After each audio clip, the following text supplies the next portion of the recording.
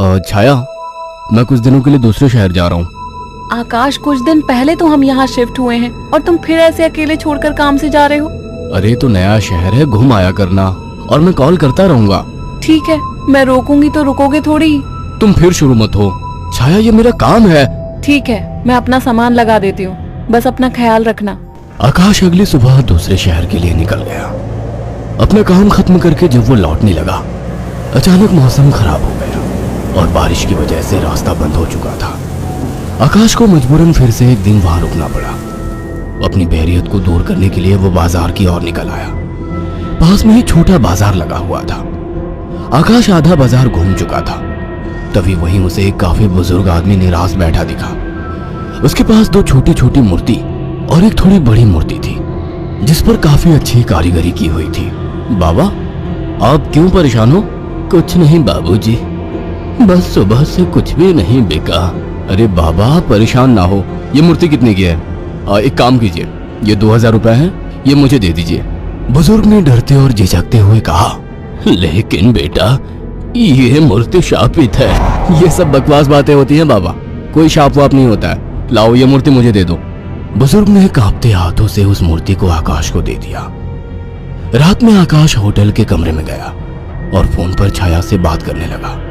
उसे ठंड सी महसूस होने लगी। फोन रखकर वो सोने के लिए लेट गया। रात गहरी हो चुकी थी, बारिश की वजह से ठंड थी, पर उसे अचानक गर्माहट महसूस होने लगी। उसे अच्छा लग रहा था। उसे महसूस हुआ जैसे कोई उससे चिपक कर लेटा हो। मीठी सी खुशबू, रेशमी बाल, दूसरे जिस्म की गर्मी, मानो छाया ही उसके पास हो। वो लगातार नींद में किसी के स्पर्श को महसूस कर रहा था। अचानक उसे अपने शरीर पर वजन महसूस हुआ। वह अचानक से उठकर बैठ गया। कमरे में बिल्कुल अंधेरा था।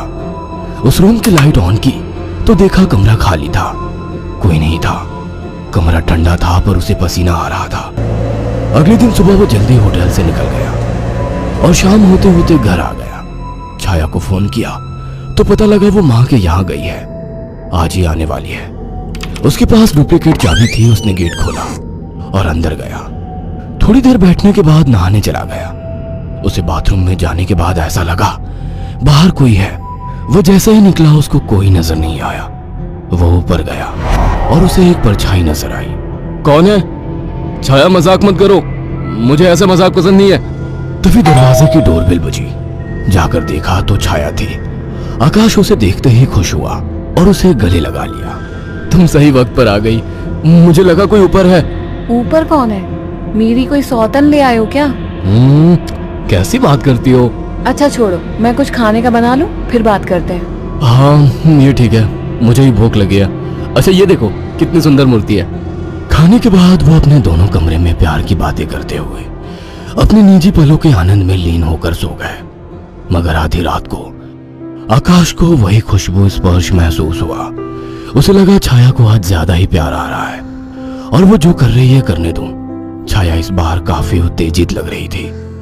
आकाश को भी आनंद आ रहा था। अंधेरे में छाया ने आकाश के सारे कपड़े उतार दिए और पागलों की तरह उसके जिस्म को चूमने लगी। आकाश भी पूरी तरह से उत्तेजित हो गया था। छाया की गरम गरम सांसें आकाश को पूरी तरह से पागल बना दे रही थी और वासना का खेल चरम सीमा तक पहुंच गया। कुछ ही पलों का वासना का वेग लंबी लंबी और गहरी सांसों के बीच शांत हो गया। सुबह आकाश ने देखा छाया जाग चुकी थी। छाया चाय लेकर आकाश के पास आ गई। उठो, चाय पी लो। वह चाय के लिए उठा तो छाया बोल उठी, ये मूर्ति लेकर कब से सोने लगे तुम?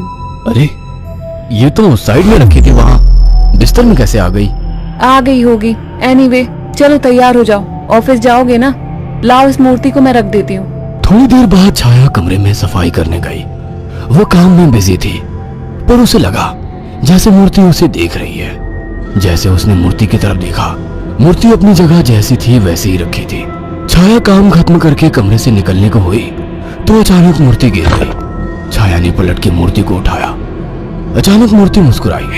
छाया डर गई और मूर्ति हाथ से छूट गई। डरते डरते उसने मूर्ति को उठाया तो उसने देखा वो सामान्य थी। शैतान मूर्ति डराती है मुझे, ये कहकर उसने मूर्ति को अलमारी में रख दिया। काम खत्म कर छाया नहाने गई और जैसे ही उसने कपड़े उतारे और पानी का नल खोला गर्म पानी उस पर गिरा। वो चिल्ला उठी और बिना कपड़ों के बाहर निकलकर भाग आई। उसके जिस्म पर छाले हो चुके थे। उसने आकाश को फोन किया। आकाश तुरंत चला आया और उसको अस्पताल ले गया। आकाश ने ऑफिस से कुछ दिन की छुट्टी ले ली। छाया, ये सब कैसे हुआ? पता नहीं, नल से गर्म पानी अचानक निकला। मुझे सब अजीब सा लग रहा है, मानो मुझे कोई देख रहा हो। तुम आराम करो, मैं कुछ खाने को लेकर आता हूँ। छाया लेटी हुई थी। अचानक उसने ध्यान दिया, मूर्ति उसकी ही तरफ घूर रही थी। अचानक उसे याद आया कि मूर्ति को तो उसने अलमारी में रख दिया था। अचानक वो मूर्ति हिलने लगी। छाया चीख उठी। आकाश दौड़ता हुआ आया। क्या हुआ? ये मूर्ति अभी खुद चली थी। तुम्हारा वहम होगा छाया। मगर रात को आकाश को फिर से चुंबन के स्पर्श महसूस हुए। वो नींद में था और चाह के आंखें नहीं खोल पा रहा था, परंतु आकाश को चुंबन के स्पर्श उत्तेजित कर रहे थे। उसके मुंह से आवाजें निकल रही थी। अचानक छाया की आंख खुल गई और उसने जो देखा वो हैरान रह गई। उसने देखा कि एक लड़की काली परछाई के रूप में आकाश के कपड़े खोल रही थी और वो देखते ही चिल्लाने लगी, आकाश, वो काली परछाई!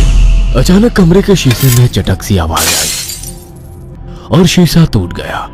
आकाश उठकर बैठ गया। ये शीशा कैसे टूटा? और तुम चिल्लाई क्यों? आकाश, वो कोई काली आत्मा थी।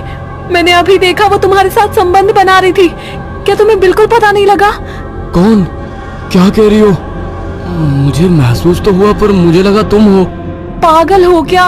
ऐसी हालत में मैं संबंध बनाने की सोचूंगी? आकाश, वो एक काली परछाई थी, पर वो एक लड़की थी। तभी मुझे कल रात को जब ये सब महसूस हुआ तो मुझे कुछ अजीब सा लगा था। मुझे ऐसा होटल में महसूस हुआ कि जैसे मेरे पास कोई तो है। और अगले दिन मैं घर आ गया था। तब से जब भी सोता हूँ ऐसा कुछ होता है। मुझे लगता था कि तुम हो। तभी अचानक दोनों का ध्यान मूर्ति पर गया। आकाश ने तुरंत उस मूर्ति को बाहर फेंक दिया। कुछ दिन बाद छाया पानी पीने के लिए उठी। अचानक उसकी नजर फिर से ड्रेसिंग टेबल पर रखी मूर्ति पर पड़ी। अचानक उस मूर्ति ने काली परछाई का रूप धारण कर लिया। छाया अचानक बेहोश हो गई। कुछ देर बाद उसकी आंखें खुली तो उसे सब सपने जैसा लग रहा था। अचानक वो किचन में चली गई। तभी वहां आकाश आ गया। अरे, पहले ठीक तो हो जाती। मैं तो ठीक हूँ। अच्छा। हाँ, आज तो मुझे एक अलग ही सुबह लग रही है। ओके, अब चलो आराम करो। मैंने तुम्हारे लिए कुछ दिन की छुट्टी ली है। अगर ऐसा है तो मुझे खूब प्यार करो। आज आकाश को छाया कुछ बदली बदली सी लग रही थी। खाने के वक्त भी छाया काफी अजीब तरीके से खा रही थी, जैसे वो बरसों से भूखी हो। छाया, क्या हुआ? आराम से खाओ। रात ठीक से खाया नहीं था ना, तो मुझे जोरों की भूख लग रही है। वैसे आज मीट बना काफी अच्छा है। गांव में अम्मा ने सिखाया था। अम्मा ने? कौन सी अम्मा ने? तुम तो कभी गांव गई ही नहीं। वो सब छोड़ो, सुनो ना, मेरा मन रोमांस का हो रहा है। तुम्हें लगता है ये सही वक्त है? प्यार करने का कोई वक्त नहीं होता। अचानक छाया आकाश से जाकर लिपट गई। उसके जिस्म को चूमने लगी। आकाश ने देखा छाया ने आज साड़ी भी अलग तरीके से बांधी थी। दोनों के बीच संभोग क्रिया होने लगी। दोनों काफी उत्तेजित थे। अचानक आकाश को फिर से छाया में वही खुशबू और स्पर्श महसूस हुआ। छाया आकाश को छोड़ने का नाम तक नहीं ले रही थी। आकाश को महसूस हुआ ये छाया नहीं है। आकाश ने एक झटके से छाया को धक्का दे दिया। रुक क्यों गए? प्यार करो मुझे, रुक क्यों गए? आवाज में भारीपन था। आकाश की आंखें बंद थी, पर जैसे उसने आंखें खोली, जिसमें छाया का था लेकिन चेहरा किसी और का था। आकाश ने कांपती आवाज में कहा, मेरी बीवी कहाँ है? छाया के चेहरे के हाव भाव बदलने लगे। उसका चेहरा सफेद और आंखें काली थी। वो गुस्से में बोली, मुझे पसंद नहीं थी वो, मार डाला उसे। अचानक वो एक परछाई में बदल गई। उसने अपने लंबे और पहने दांत आकाश की गर्दन में लगाए। आकाश एक दिल दहला देने वाली चीख के साथ शांत पड़ गया। कुछ दिनों बाद जब घर से बदबू आने लगी तो पड़ोसियों ने पुलिस को बुलाया तो देखा दोनों की लाश बहुत बुरी तरह से कटी पड़ी है और सड़नी शुरू हो चुकी थी। पुलिस को लाशों के पास से वो मूर्ति मिली थी। अगर आपको हमारी ये कहानी पसंद आई हो तो इसे लाइक और शेयर करना ना भूलें। साथ ही ऐसी और नई कहानियों के अपडेट्स पाने के लिए हमारे चैनल अक्षु टीवी को जरूर सब्सक्राइब करें।